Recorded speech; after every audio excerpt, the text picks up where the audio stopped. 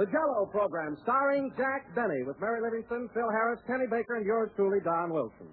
The orchestra opens the program with It Serves You Right.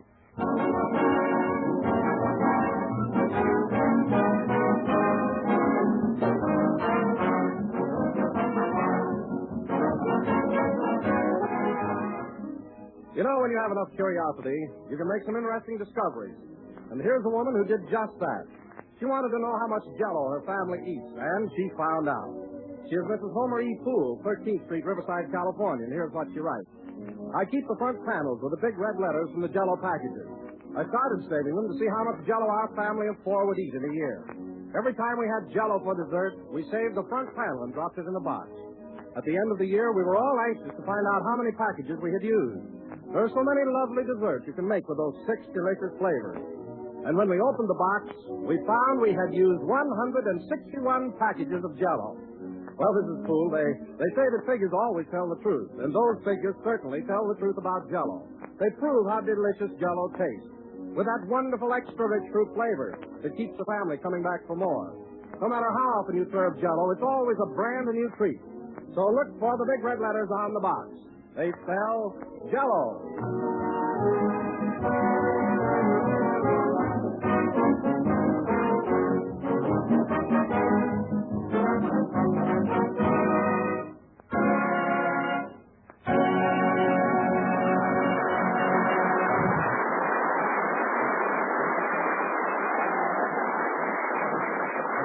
And now, ladies and gentlemen, the political excitement being over, we bring you that prominent citizen of Beverly Hills who was just elected dog catcher, Jack Benny.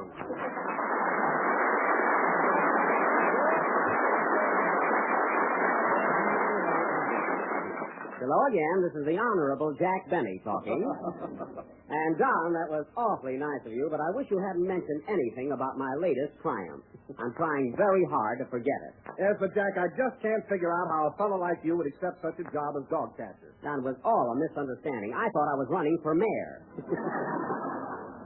Oh, well, I might as well make the best of it. Imagine me dog catcher with my bony legs. God, it might be dangerous at that. When do you start your new duties? Oh, I've been working all week, but I better get a new pair of glasses for this job. Yesterday, I caught Bobby Breen 3 times. You did? Yeah, the last time he bit me. But you know what burns me up, Don? Here, Andy Devine is mayor of Van Nuys, Al Jolson is mayor of Encino, and I've got fleas. I found one on my arm this morning leaning on a shovel. He likes me so well, he's building.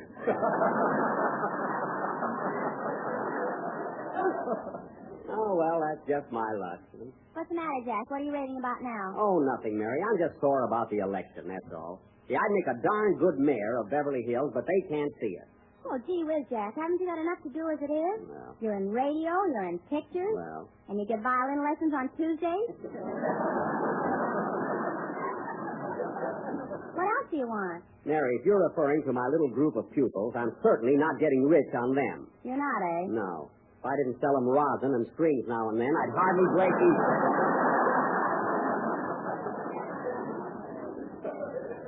Break even? Yeah. You've been making plenty of profit on those violin strings, according to Winkle's column last night. Winkle, what did he have to say about it? He said, what prominent radio and picture star has been seen kidnapping cats?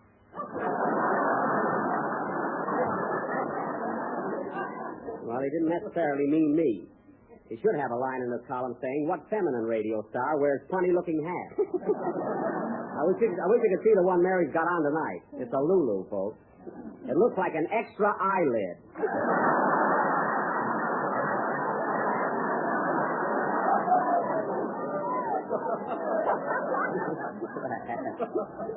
Okay, Bruce. What do you think of it, Phil? Phil didn't get here yet, Jack. He didn't? Oh, say, that reminds me. I must tell you kids something before Phil comes in. Is he burned up at me? What'd you do, cut his salary again? No.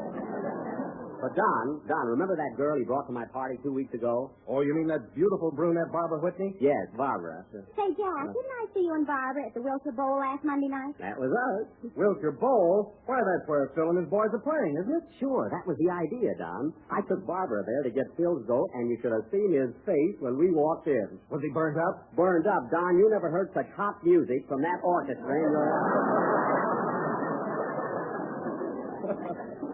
Tell him what happened when Phil introduced you on the floor, Jack. Oh, well, that was just a dirty trick. What was it, Barry? Oh. Well, Jack and Barbara were sitting at a table, so Phil asked Jack to stand up and take a bow. Yes? Now, Mary. And when he did, the guitar player hit him with a tomato.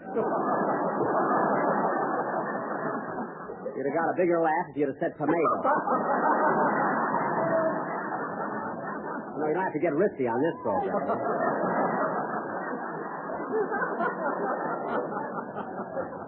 Well, it's just lucky for Phil that I laughed it off and sat down. Well, personally, Jack, I think it was a pretty cheap thing for Phil to do. Oh, I didn't care about getting hit with a tomato, Don, but the manager came over and wanted me to sign a contract to do it every night.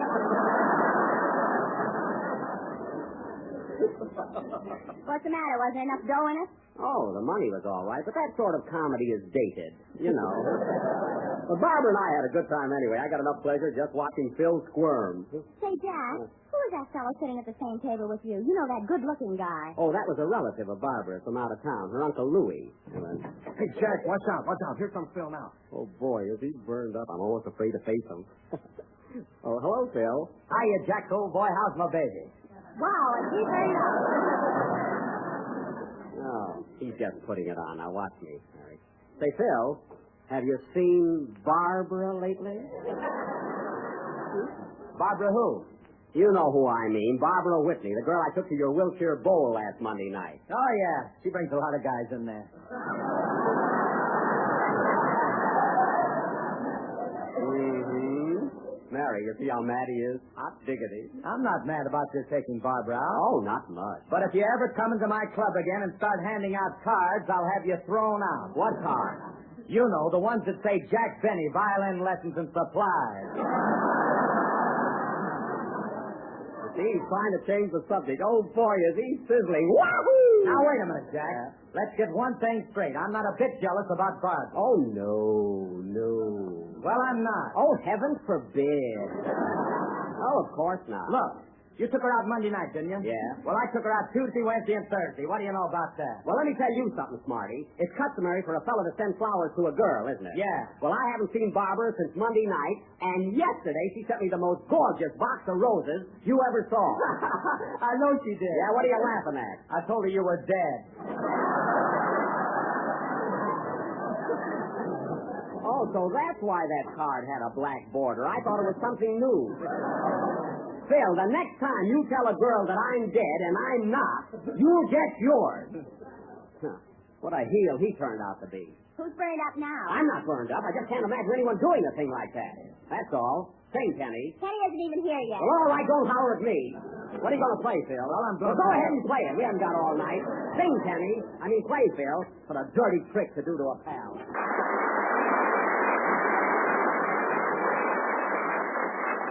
That was You Got Me from the Mask and Wig Show, played by the Jello Orchestra and directed by a young man who had best read the want ad.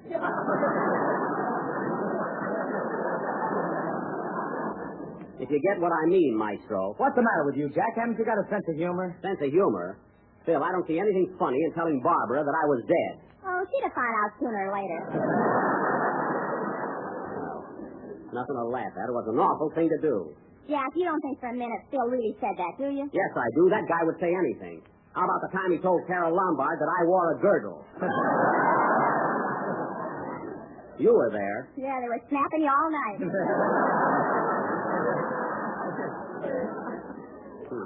And now he's trying to get me in wrong with my girl, Barbara. Your girl? What are you talking about? She was with me when you met her, wasn't she? Hello, Jack. Sure she was with you, but she can improve herself, can't she? Hiya, Phil. Improve herself? Ha, ha, that's a laugh. Well, the last time you, big boy. Mary, did you ever see such an all-around egotist? Hello, Mary. No, I haven't, Jack, but there's that here. Just the same, Mr. Harris, if you want to know something, I'm going to propose to Barbara. When? When his rheumatism gets better, he can't bend his knees this week. Oh, Oh, sticking up for him, huh? Hello, Don. Say, will you talk to me? Yes, Kenny. Now look, kid. Jell-O has 6 delicious flavors. Strawberry, raspberry, cherry, orange, lemon, and lime. So look for the big red letters on the box. Thanks, Don. You're a peach. Hello, Kenny. Say, Jack, what's the big argument all about? Oh, Phil and I were having a little discussion about my girlfriend, Miss Whitney. Was she the girl you had with you at the Wilshire Bowl the other night? Yeah. Oh, were you there, Kenny? Hey, why don't you come over to my table and say hello? I was afraid to. Why? Phil told me you had smallpox. Smallpox? Well, that's the worst yet. Kenny, you're a friend of mine. Why didn't you come over anyway? Well, I went out to get vaccinated, and by the time I got back, you were gone.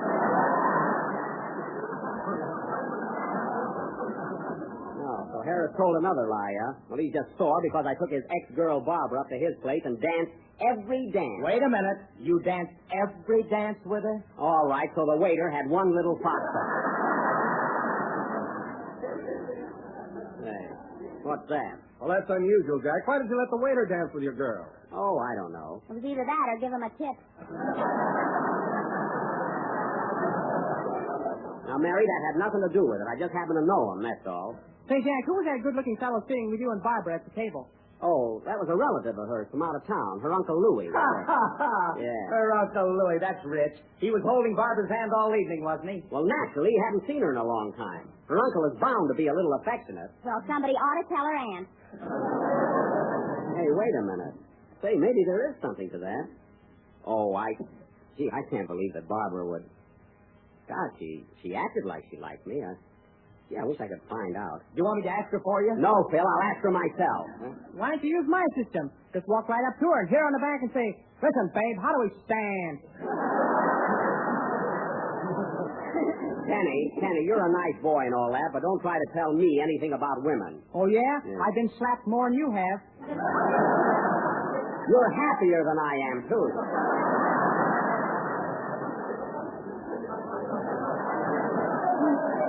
Well, I suppose I'll have to go on guessing. Oh, Jack, I just thought of something. I know how you can find out whether Barbara likes you or not. How? Well, come here a minute and I'll whisper to you. All right. Go away, Kenny. Say, it might work at that. Shall we do it now? Sure, why not? Okay. Hey, fellas, carry on with the show, will you? Mary and I have to go someplace. Where are you going, Jack? Never mind, I'll tell you later. Hey, Rochester, get my car ready. We're leaving right away. Did you get fired? No. Come on, Mary. Sing, Kenny. See you later.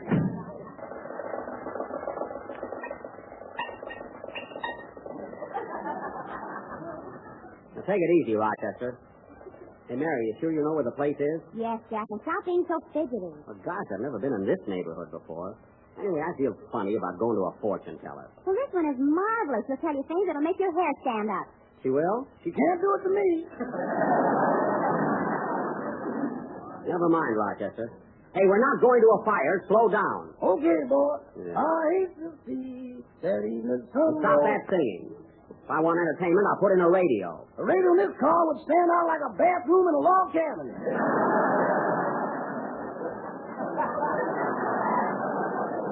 Now, stop arguing. You nearly hit that truck.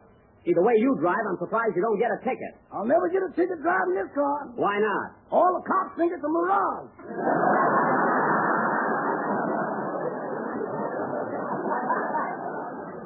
Now, don't be so comical.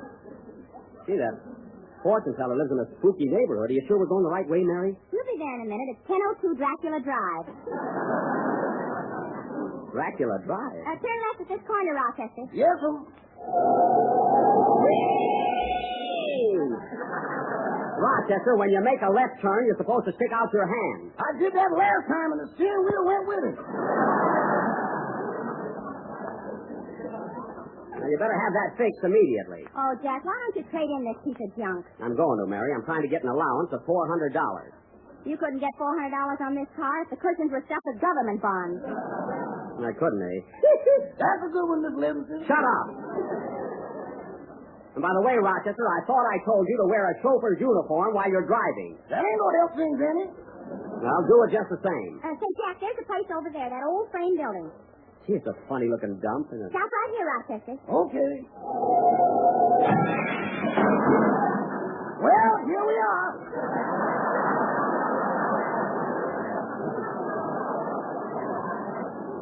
Yes, right up against the telegraph pole. Well, we ought to have brakes. I'm tired of throwing that anchor out.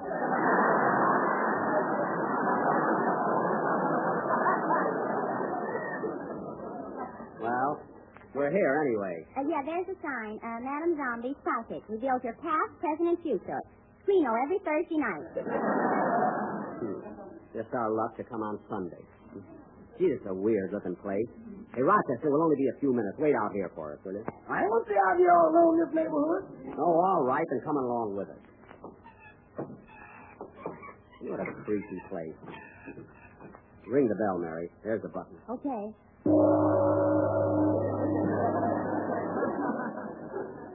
Gee, that's a peculiar bell. Nobody home. Let's go.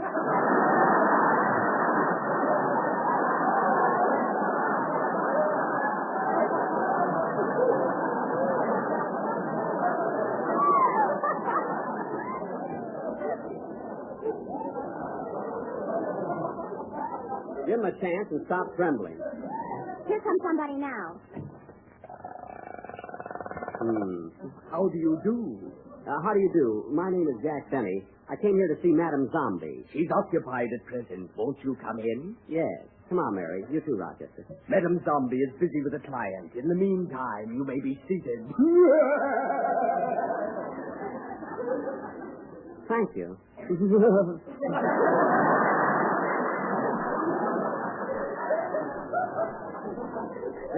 It's kind of hard to see in here, isn't it, huh? This place is darker than a telephone booth in Harlem. Quiet, Rochester, and where are you? Here I am. Well, open your eyes so I can see you.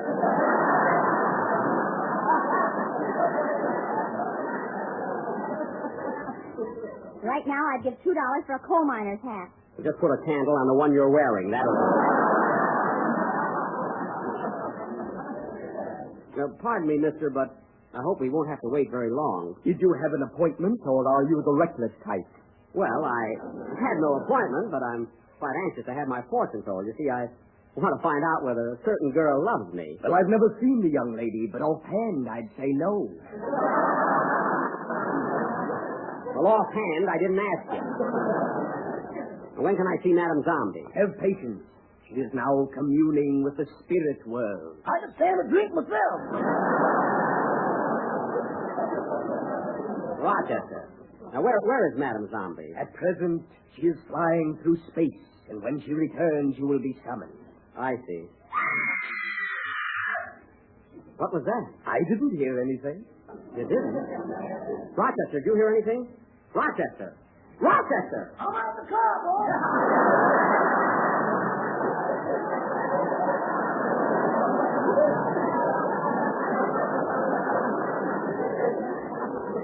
Now, how did he get through that door without opening it? It's got a keyhole, ain't it? Oh, that's right. Say, mister, I wonder how long we'll have to wait. Not very long now, Mr. Benny. Excuse me, please. I'll call you later. Mary, this is an awful place you brought me to. I wish I hadn't come. Yeah, it is kind of spooky. Yeah. Candy, popcorn, peanuts, and program. You can't tell one spirit from another without a program.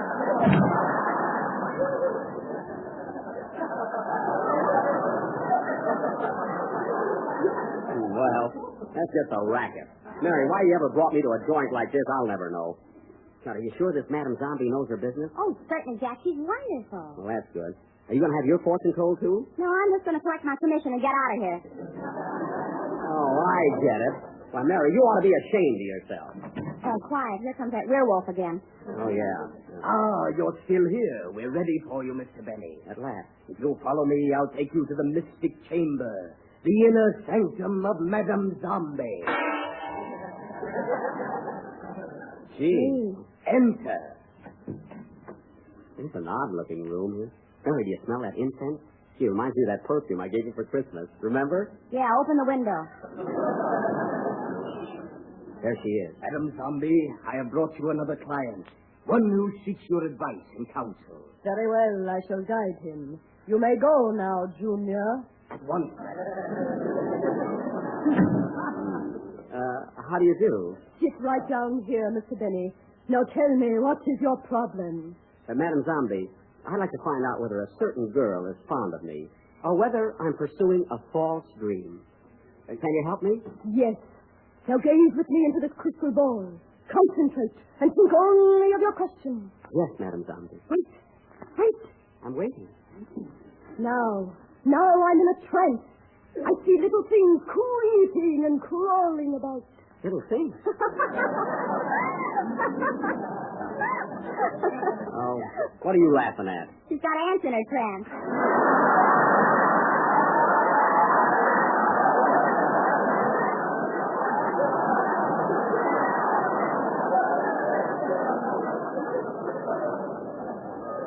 Mary, you'll break the spell. Madam Zombie, are you still in the trance? Yes. Oh, now it comes to me. I see a tall, beautiful brunette with sparkling eyes and a dazzling smile. Is her name Barbara? Yes. And I see her holding a man in her arms. She's kissing him. Kissing him? Is it me? No.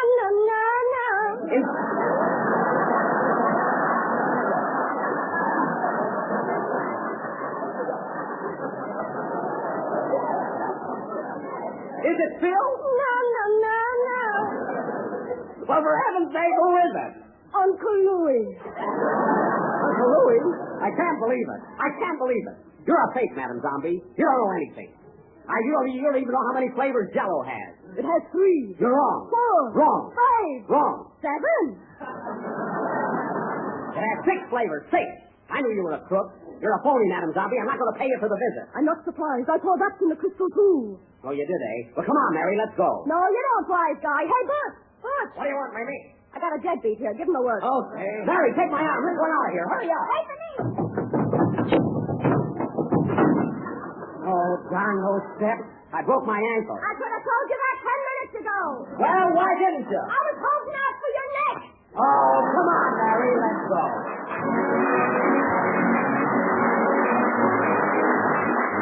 If you want your guests to mean it when they say that dinner was simply grand, here's all you have to do.